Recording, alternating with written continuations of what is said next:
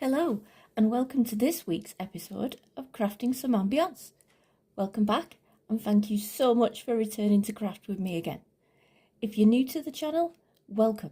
My name is Kerry, I'm from the UK, and I share my weekly crafts with our community here, and I hope you enjoy spending some time with me. This is another one of our mini masterpiece series to go in our mini gallery and museum that I'm slowly filling. This week I am going to try my hand at pointillism because I always look at it and go, with the brighter colour ones, I always look at it and it's like, oh, pretty colours. And I really am, you know, putty in the hands of any artist who uses a lot of colour and light because of my sensory profile. So we're going to have a try at a pointilist artwork based on what I've seen from Paul Signac. He did a series of pointilist paintings by the River Seine, and living near a rather large river, I vibed with that. So we're going to make a fictitious version of a pointillist river scene. Again, we have our handy dandy frame ready for it to go into, and sometimes pointillist artists use dots, other times they use like square tiles, almost like a mosaic but with paint, and I think I like that as well. So I have two brushes, a really itty-ditty one and a slightly larger one, because we'll see how things go. And I get to use my little brush holder that I made. There will be an episode with that. And for now, I'm going to give my watercolours a little dibble dabble. Now, I'm going for bright. I'm going for bold, I'm going for bright. It's hopefully going to look like the thing, but it's going to be a really rainbow coloured, happy, lively, as if the place was plugged into the mains, you know, that kind of thing. And we're just going to have a go. And if it ends up, I'll just say, not what we want. We can always do something else. It's not the end of the world, she says, being one of the world's most perfectionist people in the history of the world. However,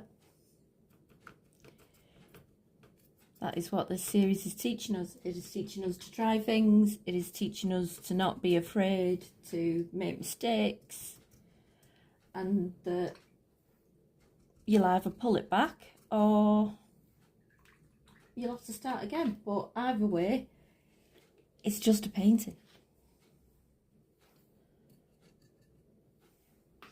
So I'm just giving my watercolours a little dab. Again, it's just a cheap set that I got to experiment with. And we're going to wet our... I'm going to start with the little brush first. And I think I might start with the river. And I think I might make it quite low. So, here goes nothing. Oh, okay. Okay.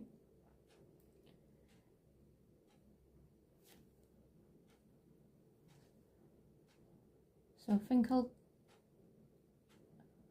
just let the spot or tile kind of be however the brush touches it, you know.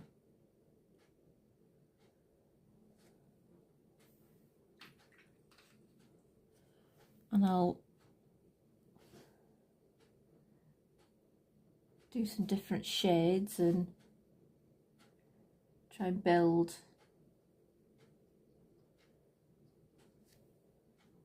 as if it's ripples in the river. So there was a slightly darker colour there and a slightly lighter colour here.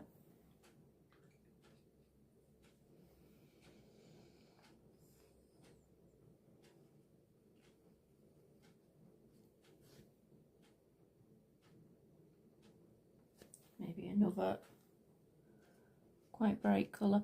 I don't know if they did pointillism with watercolours, but Signacs are quite impressionistic and the colours look watery, which is why I thought we'd have a go. Now I think maybe I'm leaving for a mini artwork a bit too much of a gap, so I'm gonna alternate some more in, just to, I mean obviously you need to still see that there's dots, but I'm getting an effect of like bricks with no cement in some places. So we shall stop with the river there for a little bit.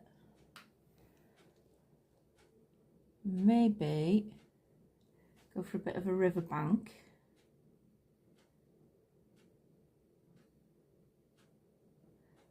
Yeah, maybe make the lines go in another direction just as well as the colour to differentiate a bit.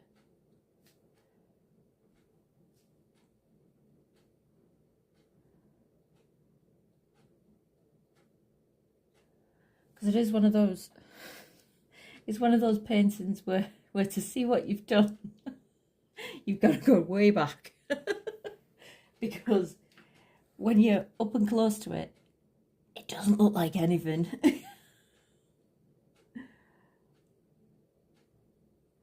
However, I've always been really, really intrigued by pointillism because it looks fun, and I don't know why, but I thought maybe it'd be like a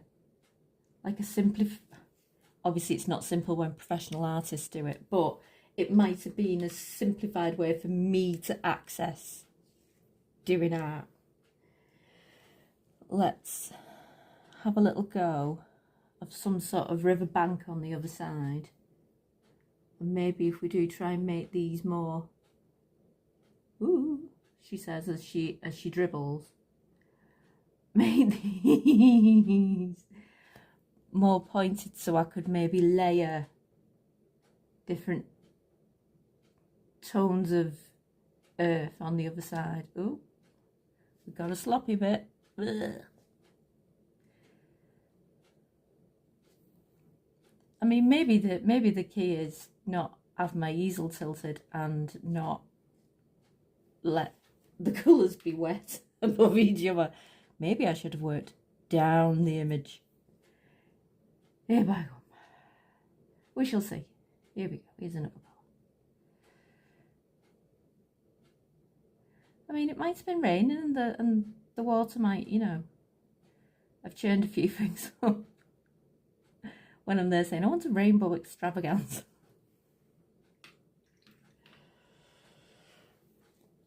Let's have a bit more grass.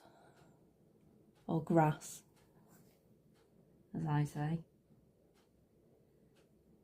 Let's get those more diagonal tufts again.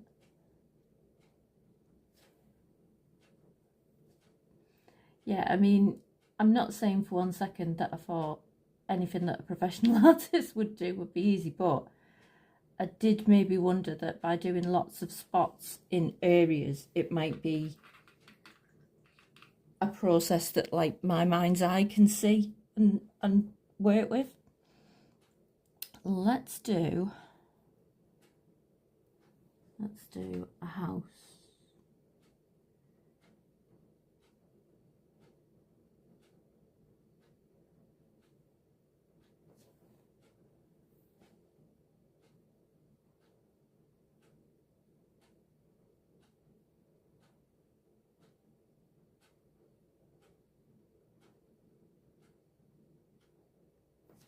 Let's get another colour of brick in there as well, just to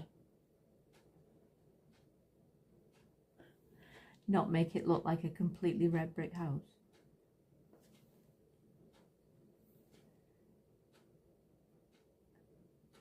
Because I'm going for bright, but I'm not going for primary school.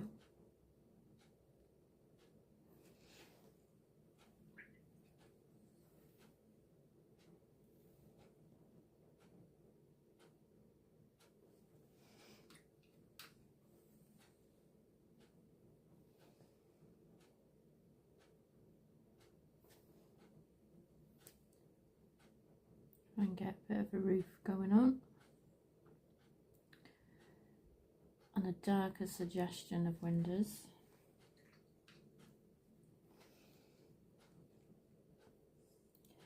I'm a little bit worried that this might turn into an exercise into mud mixing.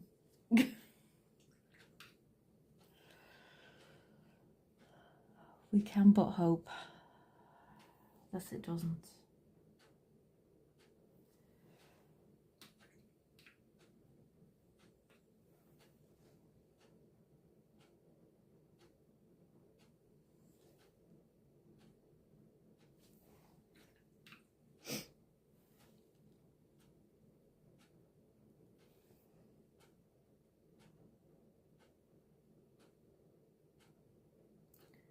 Try and get some hills in the distance.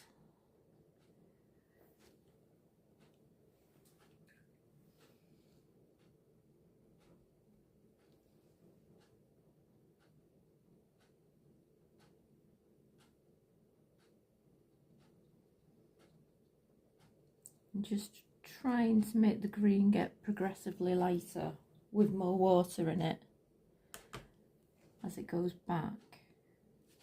That's a bit lively.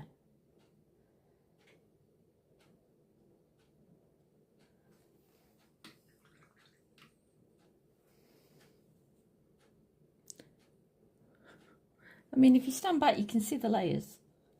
And it is a very amateur first attempt.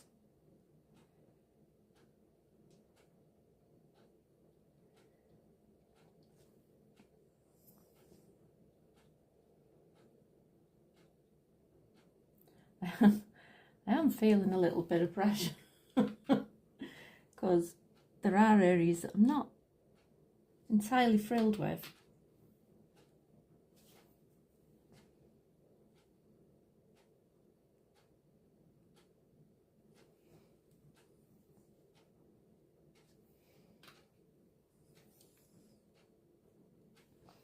But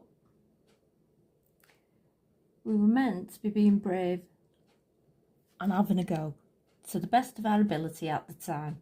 We can all only do what our knowledge is up to at any one time.